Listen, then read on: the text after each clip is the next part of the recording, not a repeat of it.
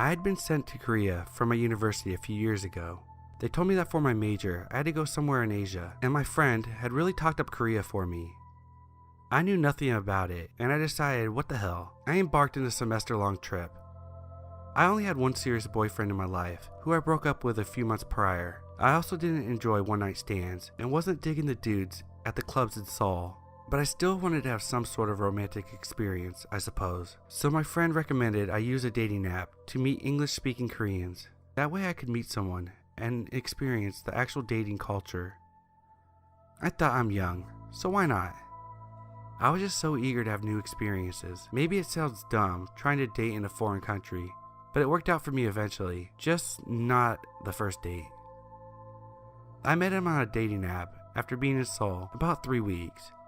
Let's call him Tim. I still didn't know the culture or city very well and was a bit naive about everything.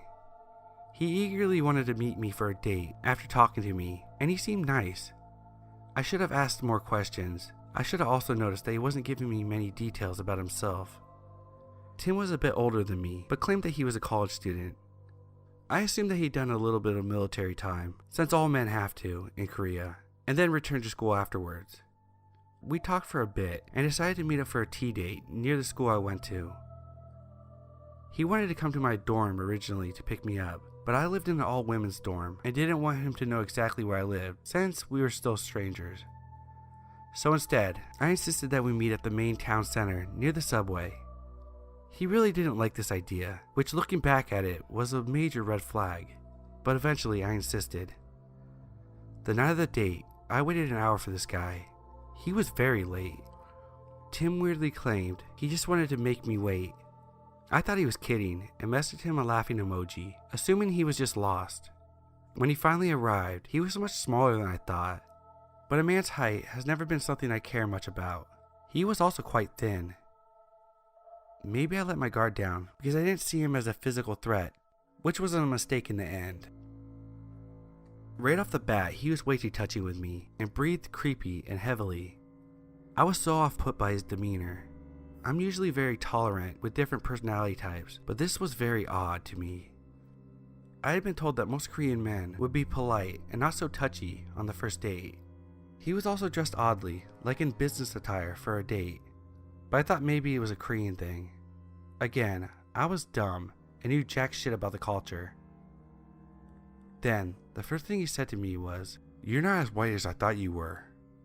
I thought this was a translation error, but his English was nearly perfect, so I asked for clarification. And he said what he meant. "I thought you'd be more white. Your skin is darker than I thought, and your eyes aren't as green. Are you pure European?" Now I was officially weirded out. First of all, I'm pretty much as white as you can get. I'm Irish and Scandinavian, so white as hell basically. So the fact that he thought that I could possibly be more whiter was funny. And why the hell did he care in the first place, anyway? Why does my skin color matter to this guy, and why is he bringing it up? He said about 3 times on the date how he wished my eyes were greener, and every time I would just reply, "Well, maybe my online photos make me look brighter," and brushed it off as him being nervous and trying to start conversation. Isn't it funny the dumb excuses you make when you're panicked? When we arrived at the tea place, I tried to order a basic raspberry tea, and he stopped me and told me I had to order a special tea. I thought it was weird that he wanted to choose my tea for me, but in my head I brushed it off once again. He really insisted I only drink this tea type, and I just agreed. These small details become weirder later. After tea, he asked me if he could look around my school. It was dark out, but my school was very well lit, so I agreed. And the whole time we were walking around, he would randomly stop and grab me for long hugs. At first I let it happen, but then I stopped him, and he just kept trying. He kept grabbing me and breathing hard onto my neck. It was so awkward. He also would not tell me any personal details about himself. I asked so many questions, desperately trying to distract from the awkward grabbing and trying to get to know him. But he would never tell me anything. Even said at one point, "I'm a mysterious man," like a movie line. He also said something like, "You look so much like my favorite movie character." And I asked him who, but he said I would have to figure it out on my own. Finally he said, "I want to go into a dark area." And in my head, I screamed hell no. At this point, I wanted this date to be over fast, He somehow knew that there was a wooded area behind my campus, and he said we should go there. I said no, and that I just wanted to stay near the main campus and town, but he kept pushing. Finally, he grabbed my arm and started dragging me there. He said, "I can't let anyone see," and I started to panic. I finally ripped my arm away and just demanded we leave and go back to the main road immediately. Looking back, I don't know why I didn't ask for help or get angry. Maybe I was scared, but I just began to book it back to the main road, and he followed. We ended up in front of a hospital near the center of town, and I told him it was time for him to go. I made some excuse, and he was pleading with me to stay. I told him that we could meet up the next day, which I lied, and that I would message him. I just wanted to get away from him at this point. I was pretending that it was all okay, just so he would leave. Suddenly, I think he's leaning in to kiss me, and I immediately think, oh God, no. But it was so much worse. Instead, I feel a pain in my face. It takes me a second to realize that he's biting my face. It was like a dog. I had never felt this sensation before. He leaned his head sideways and bit me on the nose and cheek as hard as he could. I screamed and pushed him away. His face looked so freaky, and I barely had time to react in words. Instead, I ran up to the sidewalk until I saw the convenience store on the right. I ran to the back of the store and bent down and started crying. The two men who owned the store started yelling at me, but I couldn't explain my situation. I begged him in English to let me stay. I ended up having to buy a popsicle to stick around. I wish I learned more Korean by then. I guess Tim didn't follow me. I peered outside the store and didn't see him. I texted my friend and waited for them to get me to take me back to the dorm. On the way back, I messaged Tim and basically told him to stay away from me. I told him he was a creep and that he shouldn't bite women, and something along the lines of me calling the police, and then I blocked him. I was so scared to walk around my school after that. I was so afraid that he would find me somehow. I'm so thankful I never let him pick me up at my dorm. I called my mom to tell her what happened when she suddenly said, "Wait, what did he ask you?" She then put some details together and realized that all of these weird things had to do with the 50 Shades of Grey books. At first I thought she was just being silly and overthinking a bad date. I thought she was joking, but oh god, she was right. She had recently seen the movie or read the book or something and knew the details. The eye color, the way he dressed, and the tea he made me drink, and the random lines he said. It all matches the books and the movies. For his dirty little fantasy. My mom thinks he picked me because I look like the girl in the movie. It explains why he was fixated on my appearance, and his whole thing with biting and trying to dominate me. Even if it wasn't his intention, I later learned that there are a few creeps who seek out foreign girls to dominate and have sex with them like a prize. They call it riding the white horse or something along those lines. On a happier note, this bad experience didn't stop me. I eventually met someone else in Korea and ended up falling in love. We even did the whole long distance thing, and now I'm living in Korea, studying and working. I hope to get married soon, so I guess I didn't let this bad creepy guy stop me from living my life.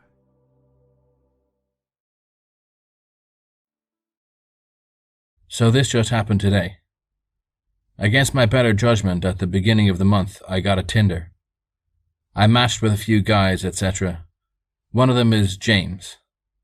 We ended up texting each other and he seemed pretty chill and pretty into me. He's a decent looking guy and we seemed to click. He had apparently been in a relatively abusive relationship with a woman and he was looking to start over. According to him, she had hit him with a frying pan and pepper sprayed him once. He kept going on about how crazy she was. Alright, it happens. We went out to the movies this past Friday, and I had a great time. We ended up talking for a few hours and we hit it off pretty well. I asked about the ex because I was a bit curious as to why he'd stay with someone like that. He didn't say anything positive about her, just that she was crazy, had mental illnesses and didn't take her meds, that kind of stuff. She had tried to baby trap him, but she had a miscarriage. He expressed relief that she didn't end up with a kid. He said he had felt obligated to her. Again, I get that. In all, I had a good time. This morning rolls around and he tells me that he had hooked up with his ex last night, and that he was going to try and work things out with her. Mildly insulting that I lost out to an abusive chick, but whatever. I tell him it's cool. He then, a few hours later, texted me to say that she was crazy, and he thought she was changing, but she wasn't, blah blah. He kept asking if he could see me. He was being very pushy about wanting to see me today. He begged for 5 minutes of my time, so he could explain to me. I politely told him that I didn't want to be involved with someone who was so clearly hung up on his ex. This is where it got nuts. He admitted he still was, but that he wanted to see me today so I could meet her and she could determine if I was better for him than she was, and that she wanted him to be happy, because he and I had a connection. I flipped after that. Told him that the fact he needed his ex to determine who was right for him was absolutely nuts, and that is not what love is, and that I wanted no part of it. His ex started texting me after that, and it was non-stop insults and incoherent shit that made no sense. She also dropped the bomb that she was his wife. I told her to fuck off basically and blocked the number. I went on Tinder to message him, where I called him a piece of shit, and if he was intelligent, he should leave her and never message me again. He started to harass me, saying that I was miserable because they have a beautiful love together, and all this crazy shit. He then went on to say, "My wife knows where you work. I hope she doesn't do anything rash." And I told him if that was a threat, I would gladly go to the police. He then said that she's been to jail before, she's not afraid, and that she loves him so much she'd fuck anyone up and risk jail time for him. That she'd kill my friends if they tried to protect me. That she's armed and dangerous. I told him goodbye, reported him, and deleted my Tinder account. I did go to the police tonight, but since it wasn't a direct threat, they can't do much. The cops think that James was more or less full of shit and just trying to scare me, since some people love getting off on that shit. He said I did the right thing by blocking him and reporting him, and said I should just keep my eyes open and alert the people at my job. Scary thing is, James seemed perfectly normal, but he lied about being married, how he felt towards his wife, and he flipped like a switch. His excuse for not being upfront about being married was that they were going to get a divorce. He seemed so docile and unassuming, and the hatred and aggressive attitude was insane. I have to honestly wonder what would have happened had I gone to talk for 5 minutes. I'm kinda concerned since they do know where I work. But if either one of them try anything, then the cops can actually nail them. What a weekend.